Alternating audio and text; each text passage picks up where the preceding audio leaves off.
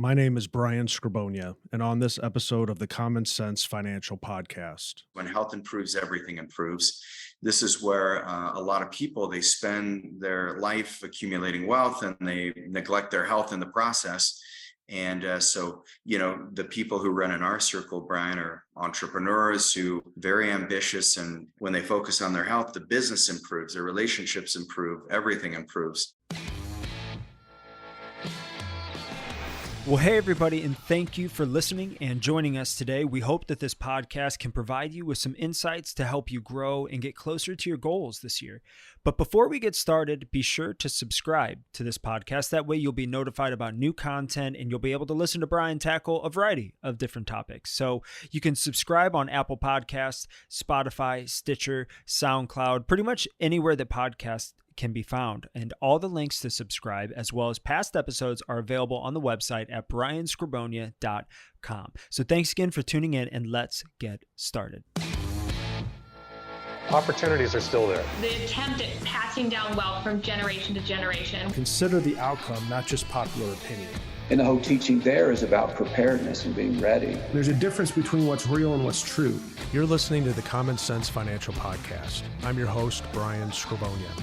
Thanks for tuning in, and let's get into today's topic.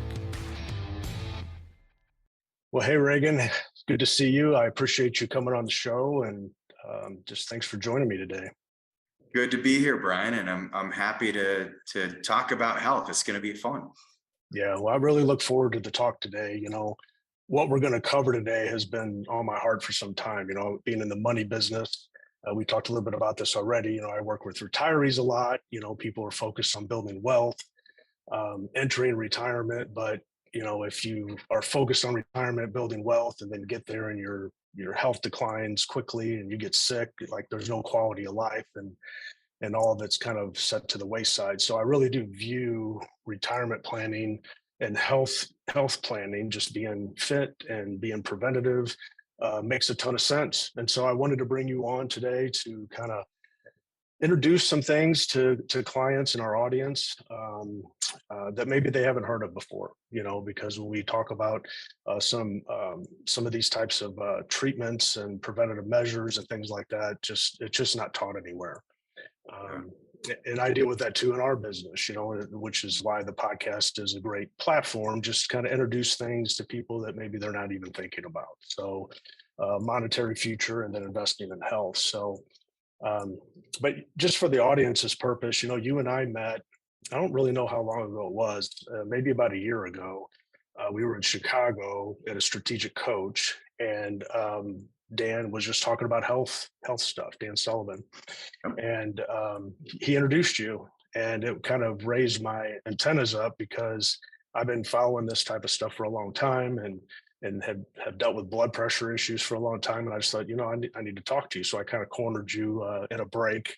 We exchanged phone calls, and then here we are, right? So it's been really good, and you've helped open my eyes to stuff, and we'll get into some of that in a minute here. But just for the benefit again of the audience, tell me a little bit about you, your story and where you came from, how you ended up where you're at, and take it from there. Yeah, and I'm so glad we met and that you cornered me that day, because I learned a lot from you as well. And for those of you who don't know, Brian is someone who really goes deep in his health. And so, it's admirable, especially if you're giving your clients that advice, is like, hey, you're someone who's doing it yourself, which is great. But my background is I grew up on a cattle ranch in Idaho. We raised about 1,000 head of Black Angus, and my summers were spent moving sprinkler pipes, and the planes would come and spray, Roundup on me. And so I didn't think that there was any problems with that, because the reps, they said, oh, you can practically drink this stuff, it's super safe. And I was, suddenly, in my late teens, I got eczema. I started getting more psoriasis-like symptoms in my undergraduate work. But it wasn't until I was studying pre-med at the University of Utah that I had the realization. I said, man, I've got to get some help. So I went to 5 different doctors up there. They all ran my blood work, and they all said, hey, good news, Regan, nothing's wrong. And I was like, this can't be. I was gaining weight. I was achy. I couldn't, I really had brain fog until about 7 at night. And so school always came easy. But in college, it just got harder and harder. And it wasn't because of the curriculum, it was because my health was failing me. And so it wasn't until I went to a naturopathic doctor who ran the right labs and said, hey, here's the problem. You've got elevated levels of thyroid peroxidase antibodies. So you've got Hashimoto's. So that realization allowed me to start working on my health in ways that had never been exposed to me. I've always been interested in nutrition, interested in health, because the only way I could get out of farm work was to make the basketball team or football team. So I was extra motivated and not very gifted athletically, but I was always reading books on nutrition and things like that. And it was finally when I started eliminating some of the foods that were triggering the inflammation, taking some new therapies, that's when I was able to get my health back. And then I ended up studying at a school in Hawaii, which was an integrated medical school where I learned both Eastern and Western medicine, and graduated and started my practice about 20 years ago, and have helped thousands of people with thyroid issues. The primary people that I work with right now are people who are in their 50s and 60s, and they want to optimize their health so they can enjoy things like retirement, or they can enjoy things like, bigger ambitions for the next phase of their life. But my real specialty is in those transitions where people want to go from healthy to healthier, or from, not really understanding what's going on in their health, but knowing there's a problem, uncover what those problems are, and then help move them to the next level. So how long? So you've been in business for about 20 years. So Yeah. did you start out doing what you're doing right now, or was that an evolutionary process? Or tell me a little bit about like where you started versus where you ended up. Well, I've always had just an obsession with finding the right treatments that can get people healthy in the least amount of time with the fewest side effects. Because I've always had the core philosophy is three things. No death by neglect. I've seen so many people die 10, 15 years before they needed to, because they didn't get the right tests ordered, or they minimized their health. They ignored it. They said, oh, I feel good. And just because you feel good doesn't mean that you couldn't die from a heart attack tomorrow. I literally had a friend who was 50, and died. We went mountain biking the day before, and he was crushing me on the climb. He was super fit. And the next day he was out working on his bike in his garage and died of a massive heart attack, left 3 young kids. Wow.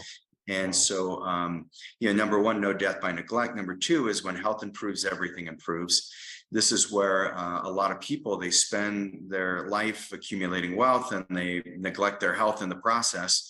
And so, the people who run in our circle, Brian, are entrepreneurs who very ambitious, and we get kind of, our business can get the better half of us. And so I help a lot of entrepreneurs create more balance, and they realize that when they focus on their health, the business improves, their relationships improve, everything improves.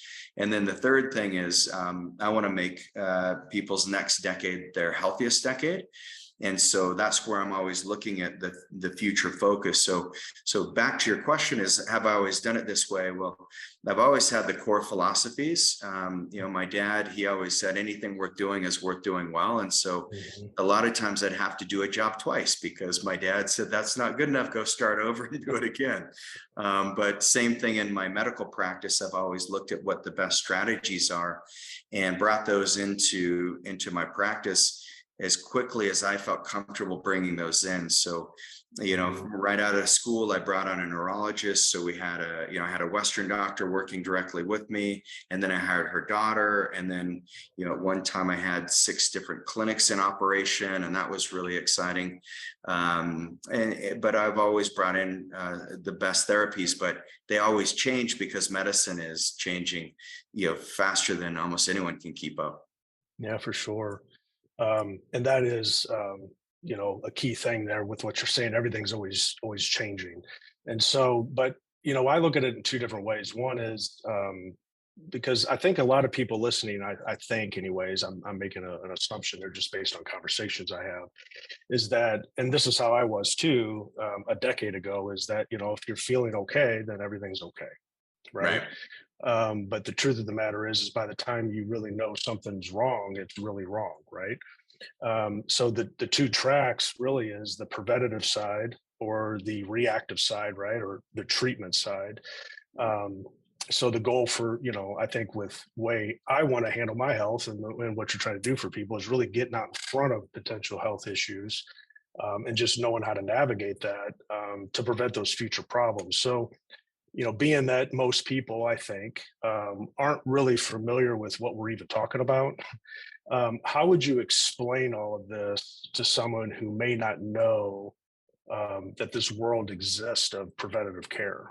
Well, I think the best place to start would be, what are your big health goals, and what do you want to, where do you want to end up in the next 10 years? Because if you look back 10 years and you say, okay, I'm 45 now, so if I look back when I was 35, have I made progress in the last 10 years? And I would say yes, because I have objective data that I test myself on.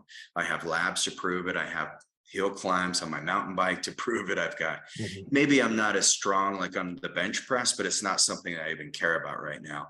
But I can do more pull-ups than I could when I was 35. So I think that's a better metric anyways. So ask yourself, are you healthier than you were 10 years ago? And then how old will you be 10 years from now? And what do you want your health to look like? Because what Western medicine is designed to do is to diagnose a problem and then treat the problem. So you mentioned blood pressure, and this is a common thing that we treat. The big issue with that is if you say, okay, well, I've got high blood pressure, you go to your doctor, he tests your blood pressure, he says, sure enough, 160 over 100, this is a problem. Here's a beta blocker, or here's a water pill, and let's get your blood pressure down with some medication.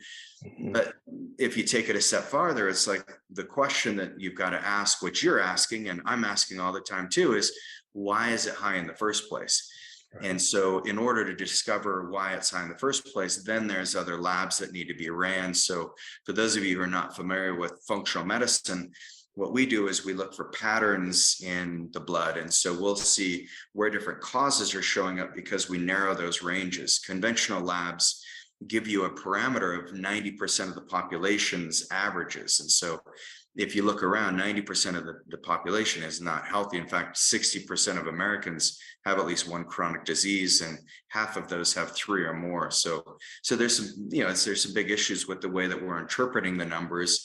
And then there's other tests like stool tests, urine tests, and saliva tests that go even deeper to figure out where the interferences might be that are causing whatever health condition somebody has. Yeah, I think, maybe going a little bit deeper in this, I think, again, when I'm trying to explain it to somebody, again, I'm a financial guy, so me trying to explain this doesn't always go real well. So if you're trying to explain the difference between like traditional medicine, like you just did, and you just touched on it, but maybe going a little bit deeper. So traditional medicine, and then there's this space, I guess people would call it alternative medicine, and then you have the functional medicine and whatever other categories that are there. Like, what is the real difference between some of those? If somebody had to realize that what we're talking about here is not exactly what maybe they've been through with a traditional doctor. Yeah, and I think the biggest thing is, if you look at conventional traditional medicine, everything needs to be medically necessary because your insurance is tied to that. And so if you go to your doctor and you're like, hey, I want to get a 6-pack and I want to get stronger, your doctor will say, great, what can I help you with? And you say, well, I don't know. And they'll run your labs and they'll say, well, everything looks good. Or maybe you have high cholesterol, here's some Lipitor, but really the medical model is there to manage disease and not manage health. If you come to like someone who practices longevity medicine, like my clinic or other clinics out there, then what we're going to do is say, okay, well, where are the biggest threats to your health right now? Where are the things that are showing up that are keeping you from making progress and from feeling your best, looking your best, and performing your best? And then once we can uncover those with the right tests, that's where people can really start to make progress, because if we figure out the cause, then we can, almost always find a solution to that cause. And so I think the flip side of that is in Western medicine, is very heroic. If you have a heart attack, you break an arm, you have a massive accident, you need reactive medicine. You want someone to react very quickly. And that's the beauty of it. It's life-saving medicine. It's heroic medicine. And I love Western medicine for that fact. But if you're going and you say, hey, I really want to make my next 10 years the healthiest 10 years, then your doctor is going to tell you, well, eat healthy and exercise more. And so it's like, great. Well, now how do I do that? But on the longevity medicine, we have accountability partners. Like we have our fitness advisors, Tristan, and we have Nikki. We have our nutritional coaches. We have Annie, and Jenny.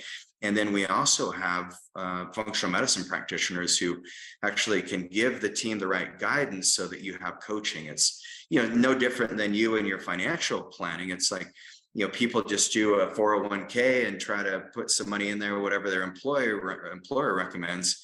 And you can come in there, you can say, hey, you could have a much better retirement if you make this shift, and this shift financially.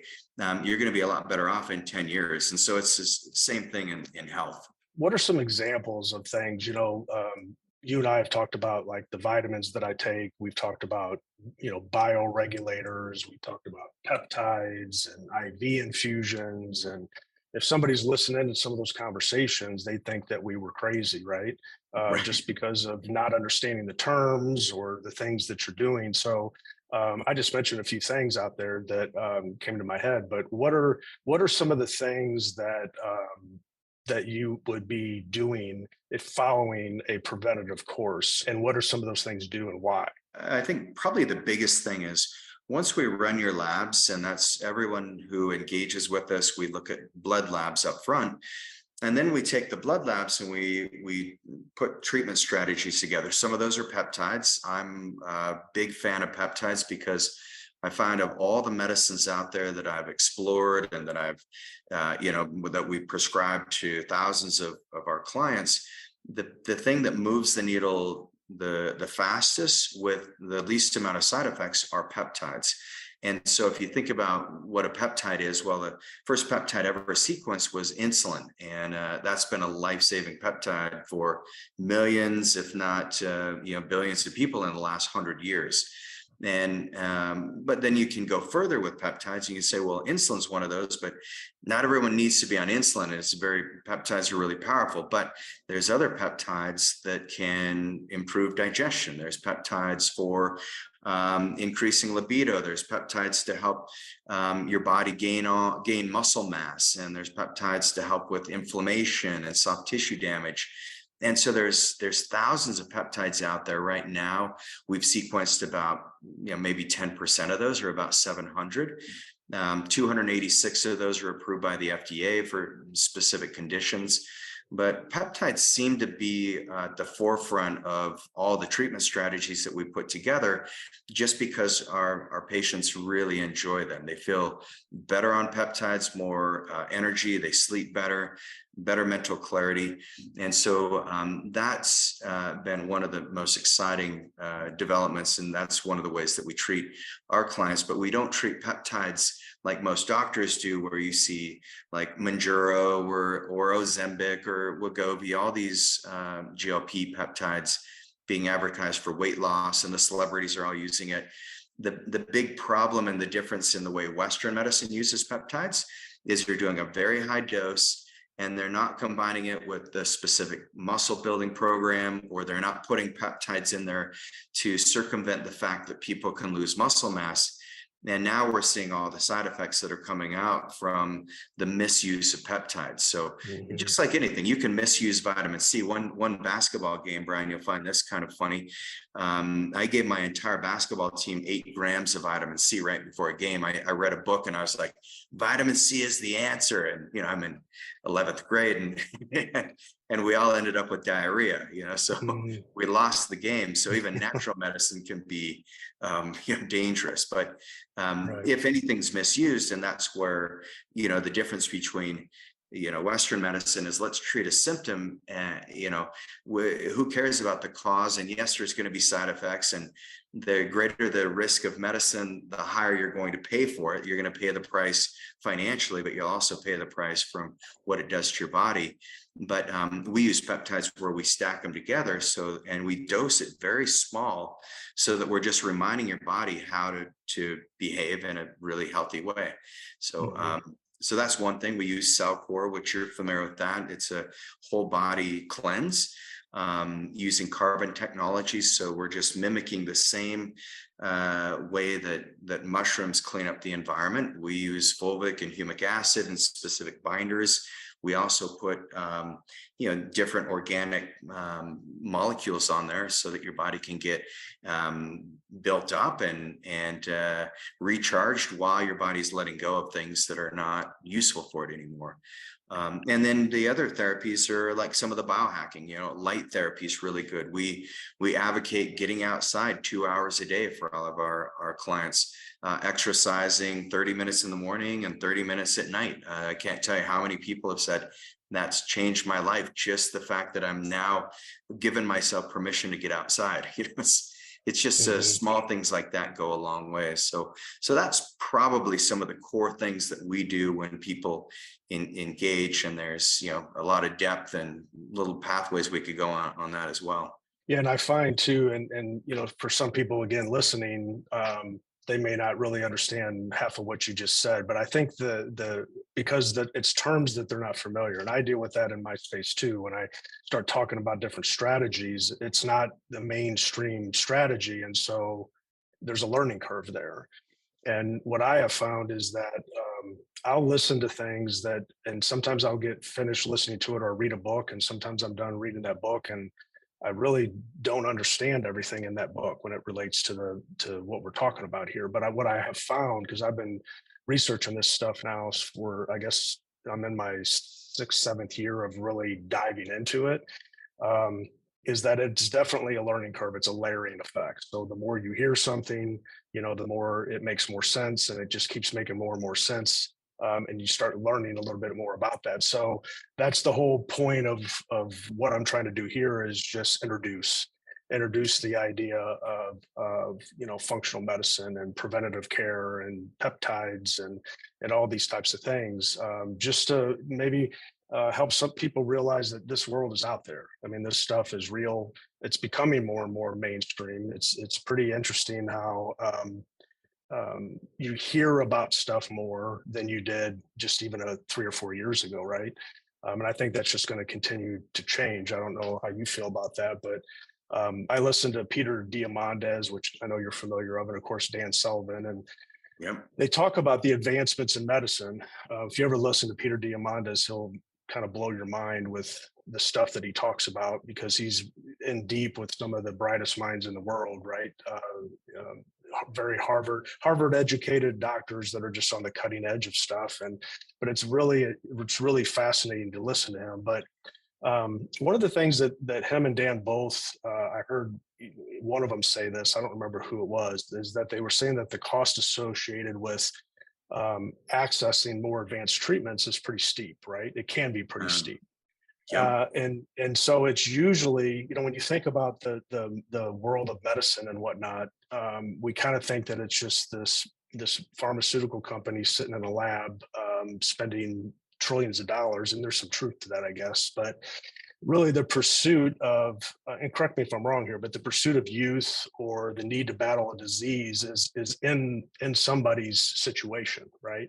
And so somebody with a lot of money is hiring the best doctors, the best scientists to say, look, I've got this, let's figure something out. Money's not an object. I just want to be healthy. And so they're kind of guinea pigs. They're biohackers, if you will, just trying to figure out what works. And so they're investing in all this. And now there's venture capital, that's flowing into that kind of stuff, and hedge funds and that kind of stuff. But and then when something works, then it becomes more mainstream. It gets picked up, and then it kind of takes off, right? And so there's a cost that's super high, and then eventually that cost will come down as it's scaled.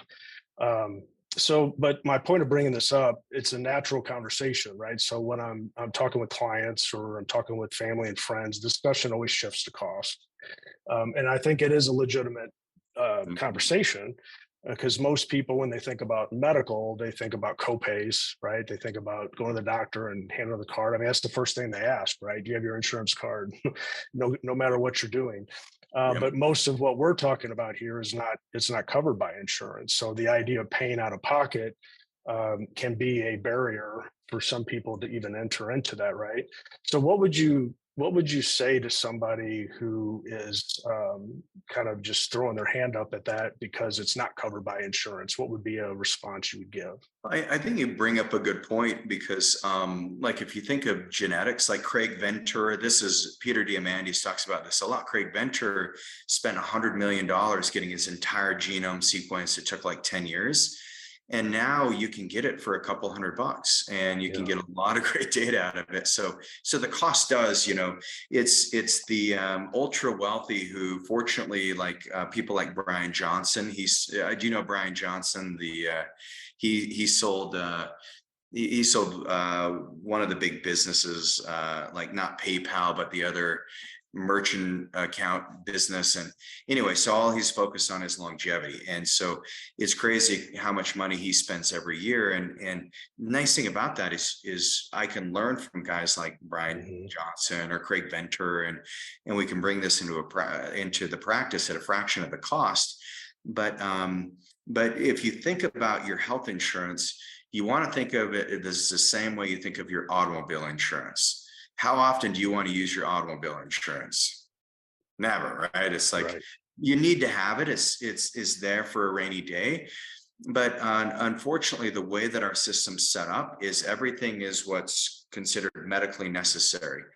And in order Hmm. for things to be covered by insurance, you've got to have a diagnosis and a disease for your insurance to pay. Yeah, there's some fun like wellness things that they'll cover, like an annual visit, but that's not going to do anything to move the needle. And so at some stage, I think every American, and I'd have to say that COVID accelerated our growth faster than anything because people suddenly had this realization that it's not the medical system that's going to protect me. I've got to start investing in my health. And that's where I think it's the best investment people can make is in their health. And every year my wife's like, how much money you spent on peptides and this and biohacking, you bought this piece of equipment.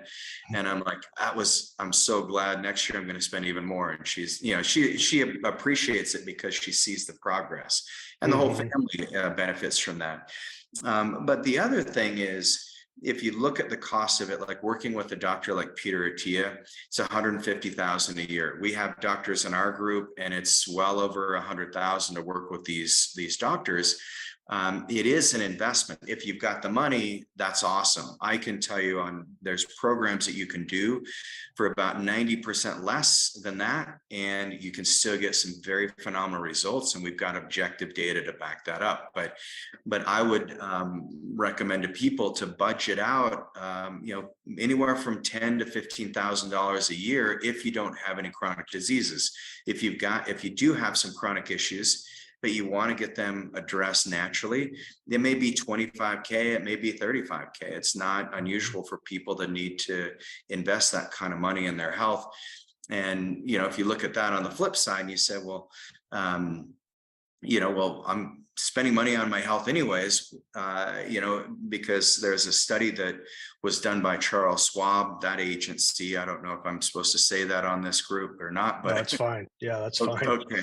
But anyway, Charles Schwab, these financial advisors, they said the average couple after the age of 65 needs to have at least $330,000 saved for medical expenses. Additional medical expenses is the number one cause of bankruptcy in our country, our medical expenses. So, it's the same thing with finances. If you look at investing a little bit in your health right now, in the future, it saves you dividends on future health expenses, which are drugs, surgery. It's the time that you can't enjoy your life the most. So I think budgeting, 15K a year is a really smart thing for people to do. Hmm. and I don't know the studies necessarily, but the way I've understood it is that one of the fastest growing demographics are people that are, 90, 100 years old. There's more and more people getting older, right? And living longer. Yep. I'm guessing that is the case, right?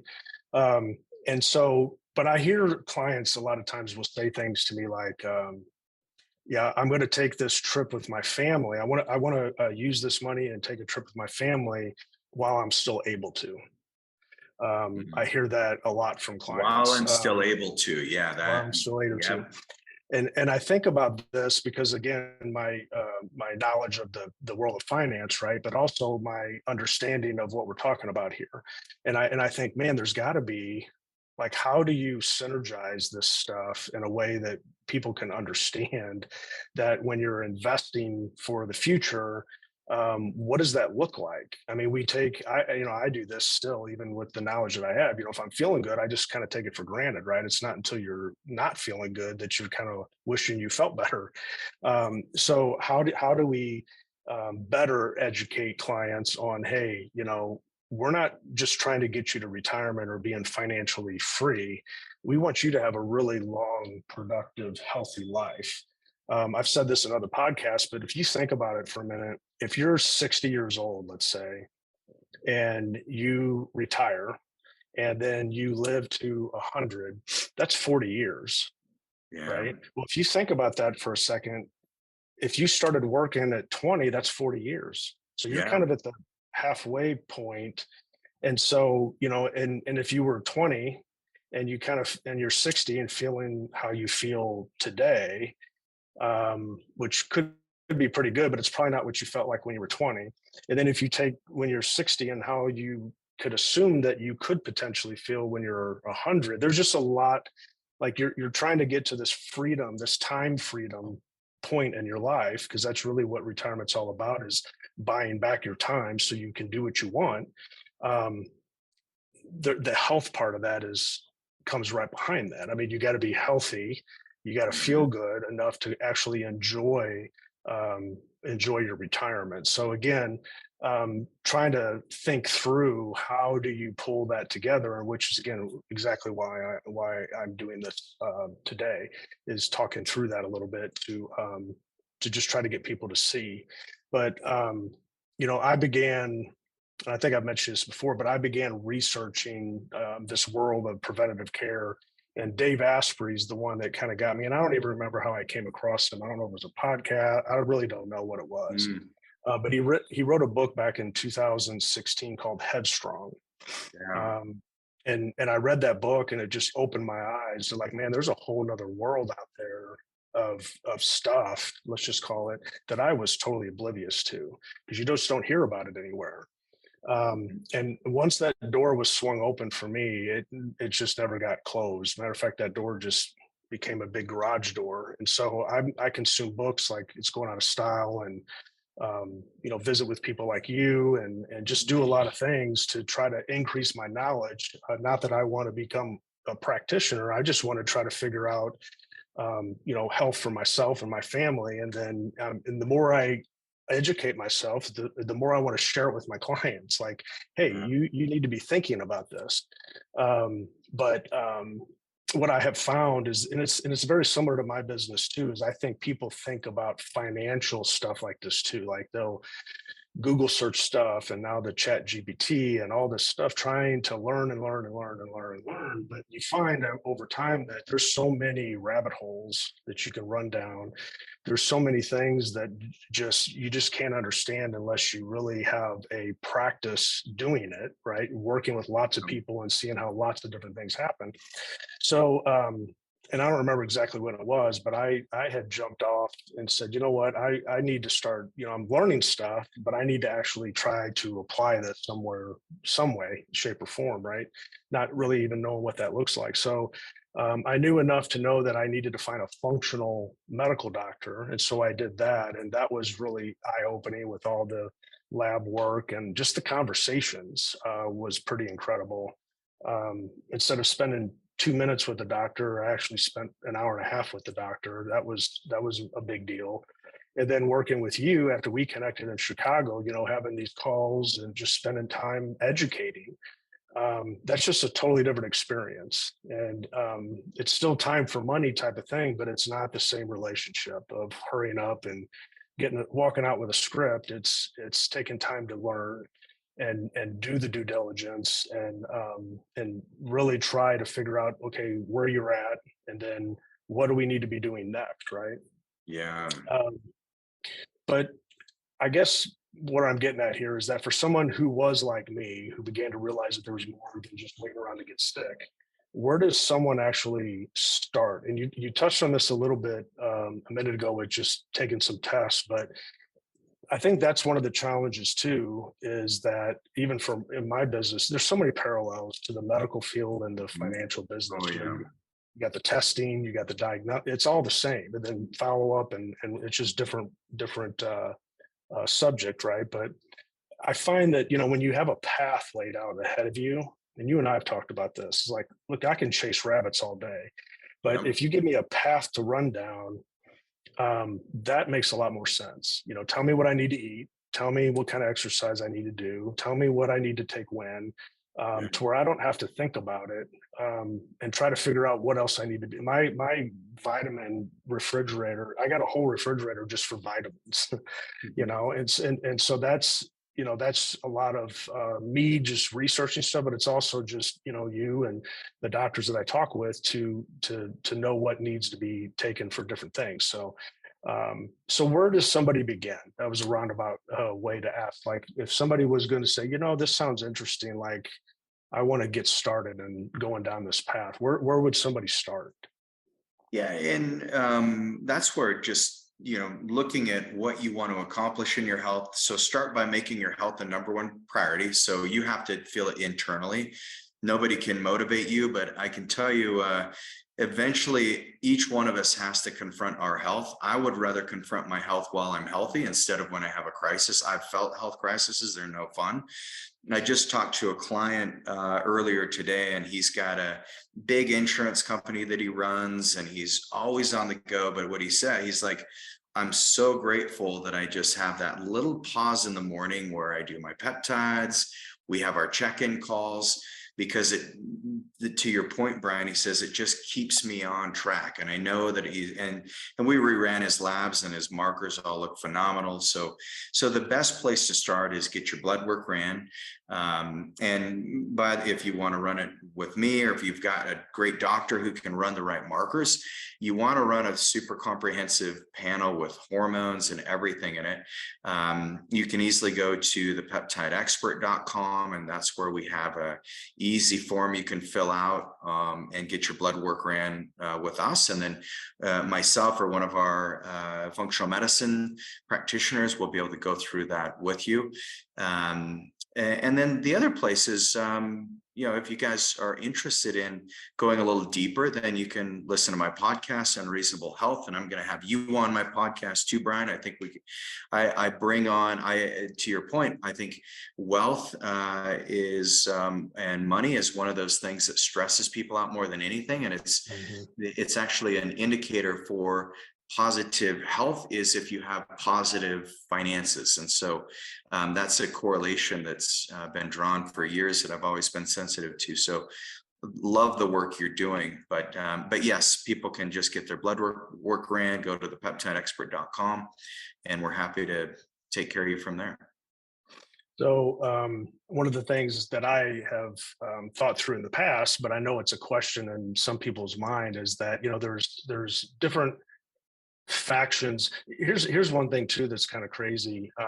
Just the different masterminds that I'm involved in, and strategic codes, for instance, is that it really is a small world. The world of finance is really small. The world of folks that know and do your kind of work is small, and it's these little factions around the country. And it's not, I don't know what the statistics are. I'm not even going to try to pretend that I know what they are, but it's growing, but it's still a minority. So finding the right doctor to do this stuff isn't going to be just, looking up in the yellow pages. And if people know what the yellow pages are, Google search, right? For a doctor. So, and I know you're in Utah. So Yeah. if somebody's wanting to work with, let's just use you an example. If somebody wants to work with you, how does that work with as far as like testing and getting care and like just what does that relationship look like? Yeah, so at least 80% of our client base is outside of Utah. We have clients as far as Singapore, Pakistan, France, Chile, Argentina. I mean, all over. It's crazy. It's pretty amazing. And so we can work with you wherever you are. If you are in the United States, that's the easiest because we just send you to a LabCorp. You walk in, get your blood work ran. It's a very simple process. Hmm. Yeah, in St. Louis, it's the Quest is the big one here in St. Louis for testing, for blood work and that type Yep. of stuff. Anyway, so like when you're thinking about this stuff, like when I first started thinking about this, is that I thought it to be like vitamins and peptides. That's really the way I viewed it. And then the more I have learned is that it's also, of course, about diet and exercise. So if somebody's thinking about diet, because there's a lot of fad type diets out there that people follow, and one of the ones that I have, dabbled with on and off, and I've had some success with it, is like a keto diet. Mm. But what kind of diets, if there are, if you want to call them diets, whatever you want to call them, but like, what are maybe the couple of key things that people need to be thinking about when it comes to their diet? Well, I think the biggest thing when it comes to nutrition is if you're over 50, then you need more protein. And that's loss of proteostasis is one of the 9 hallmarks of aging. And so we like all of our clients to get at least 1 gram of protein per pound of body weight. So if you're 200 pounds, that is 200 grams of protein. And just to give context to your listeners, that's about 2 pounds of meat. And so people's eyes are like, what? But I can tell you, if you start your morning out and you get a good source of protein, you get somewhere between 50 and 80 grams of protein in your first meal. You're not going to have sugar cravings. And then by the time lunch hits, if you eat protein again, then by the time you get to dinner, that's a great time to add in carbohydrates, and you can have a lot more flexibility as long as you've got your proteins in. But we're big fans of protein, big fans of getting about a pound of vegetables in a day, making sure they're cooked so that your digestive system can absorb those. And as long as you follow that, then you have some, there's some wiggle room in the evening for other things. But that's it. Whatever you want to call that diet, that's what we advocate primarily. This just came to my mind because I have this conversation with family a lot and friends too, is the difference in when you talk about like 2 pounds of meat, it's just not 2 pounds of meat that's on sale, right? It's Right. the quality has something to do with that too, right? And I don't Big necessarily time. want to get into a rabbit hole, but there's a big difference between like free range and grass fed, and maybe speak on that a little bit as to what the difference is between like a factory oriented meat and what we were just talking about. Yeah, so on our cattle ranch, when we were in heavy volume, we would send the cattle to the feedlot. So they would almost double their weight in the span of 3 months because they're being fed oats. We're giving them injections of growth hormone. We're like really want to beef them up because cattle ranchers get paid by the pound typically.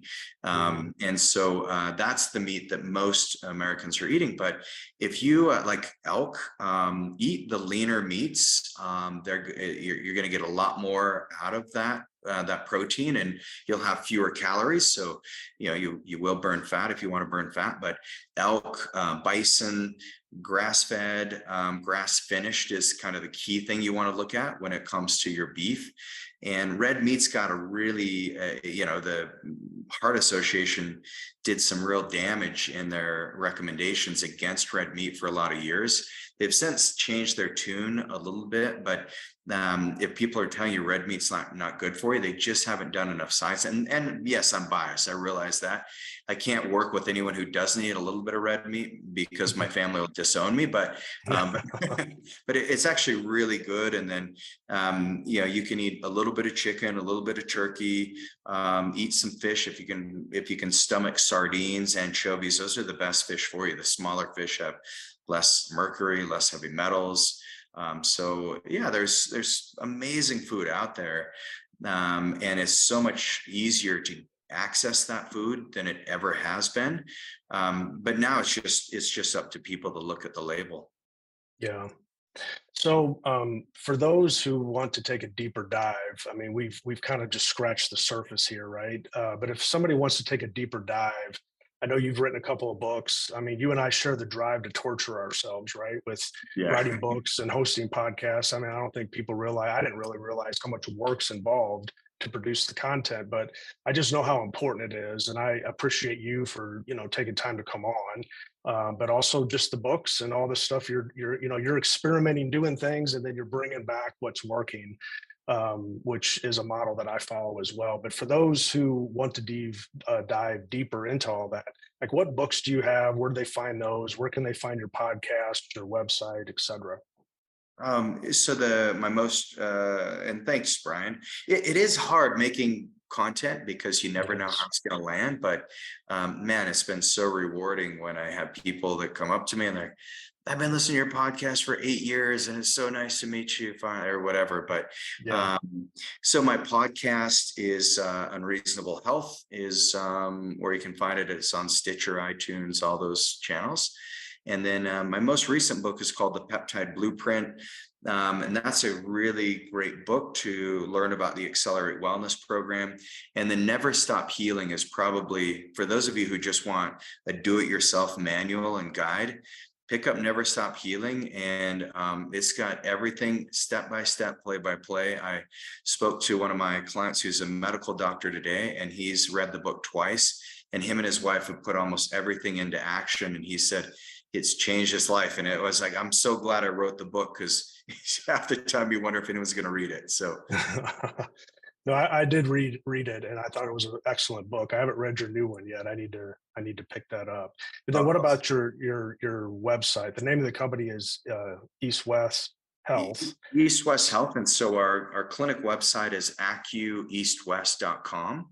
Mm-hmm. And then you can also go to the peptideblueprint.com, which is an easier site to navigate just for getting your blood work ran. So either one of those.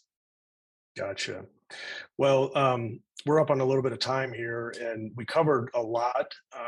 And hopefully, people have found this rewarding. I think this conversation can go on for hours.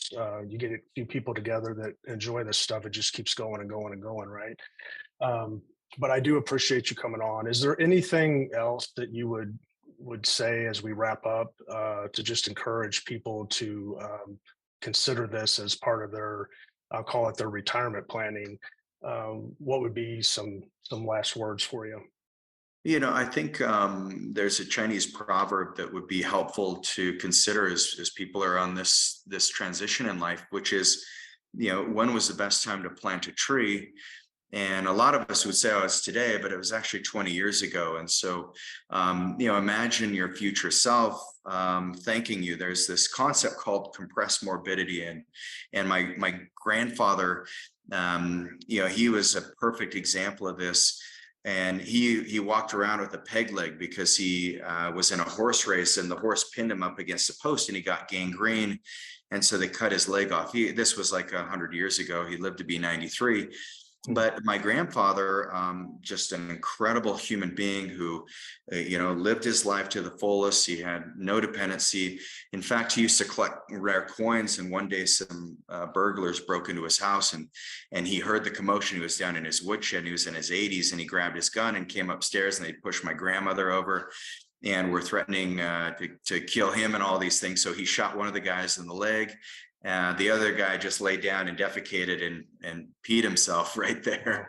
But my grandfather, he kept living his life in another 10 years. And one night he was, doing what he did every day. He went to sleep and he died in his sleep really fast. And so most humans, the last 10 years of our life are the worst 10 years of our life. And so I want to make sure that, as you plant the tree, think of the last 10 years and, maybe we can all have the shortened death, which is kind of a weird thing to talk about when it comes to health, but the healthier you are, the faster that you'll die. He was a very healthy individual, someone who I admire. And so yeah, that would be my parting words. Yeah, that makes a lot of sense. Yeah, we want to shorten that death. That's good note to end it on. Yeah. So hey, I do appreciate. I know you're busy. We had a tough time getting together to even do this, but I do appreciate you coming on and sharing your wisdom with us. Thanks so much, Brian. Great to be here. All right, we'll see you later. Thanks for listening to today's show. If you liked what you heard, be sure to subscribe on YouTube and Spotify so that you can receive notifications when we release new episodes. I'm Brian Skrobonja, and this is the Common Sense Financial Podcast. Well, thank you for listening to the Forbes Top 10 rated Common Sense Financial Podcast. Before you go, I want to encourage you to jump over to brianskrobonja.com to access the full archive of blogs and podcasts. And if you want to be the first in line to get new content, you can sign up for free on the Brian Skrobonja website as well. If you're not following Brian on all the social channels, we'd love to have you join in on the conversation. Instagram, Facebook, LinkedIn, Twitter, he's there. Lastly, if you've enjoyed listening to today's podcast, or if you have found value in any of our content, help spread the word by sharing our videos, podcasts, and posts wherever you get them. We greatly appreciate it and are glad that you took the time to join us today. Securities offered only by duly registered individuals through Madison Avenue Securities, LLC, member FINRA and SIPC. Advisory services offered only by duly registered individuals through Skrobonja Wealth Management, a registered investment advisor. Tax services offered only through Skrobonja Tax Consulting. Mass does not offer billed banking or tax advice. Skrobonja Financial Group, LLC, Skrobonja Wealth Management, LLC, Skrobonja Insurance Services, LLC, Skrobonja Tax Consulting, and Billed Banking are not affiliated with Mass. Skrobonja Wealth Management, LLC is a registered investment advisor. Advisory services are only offered to clients and prospective clients where Skrobonja Wealth Management, LLC and its representatives are properly licensed or exempt from licensure. Investing involves risk, including the potential loss of principal. Any references to protection, safety, or lifetime income generally refer to fixed insurance products, never securities or investments. Insurance guarantees are backed by the financial strength and claims-paying ability of the issuing carrier. This podcast is intended for informational purposes only. It is not intended to be used as the sole basis for financial decisions, nor should it be construed as advice designed to meet the particular needs of an individual situation. Billed Banking is a DBA of Skrobonja Insurance Services, LLC. Benefits and guarantees are based on the claims-paying ability of the insurance company, not FDIC-insured. Results may vary. Any descriptions involving life insurance policies and its use as an alternative form of financing or risk management techniques are provided for illustration purposes only, will not apply in all situations, may not be fully indicative of any present or future investments, and may be changed at the discretion of the insurance carrier, general partner, and/or manager, and are not intended to reflect guarantees on securities performance. The term billed banking, private banking alternatives, or specially designed life insurance contracts are not meant to insinuate that the issuer is creating a real bank for its clients or communicating that life insurance companies are the same as traditional banking institutions. This material is educational in nature and should not be deemed as a solicitation of any specific product or service. Billed banking is offered by Skrobonja Insurance Services, LLC only and is not offered by Madison Avenue Securities, LLC. Our firm is not permitted to offer, and no statement made during this show shall constitute tax or legal advice. Our firm is not affiliated with or endorsed by the U.S. government or any governmental agency. The information and opinions contained herein, provided by the third parties, have been obtained from sources believed to be reliable, but accuracy and completeness cannot be guaranteed by our firm. References to billed banking, private banking alternatives, or specially designed life insurance contracts are not meant to insinuate that the issuer is creating a real bank for its clients or communicating that life insurance companies are the same as traditional banking institutions. This material is informational in nature and should not be deemed as a solicitation of any specific product or service. Billed banking is not FDIC insured. Billed banking is offered by Skrobonja Insurance Services, LLC only, and is not offered by Madison Avenue Securities, LLC, nor Skrobonja Wealth Management, LLC.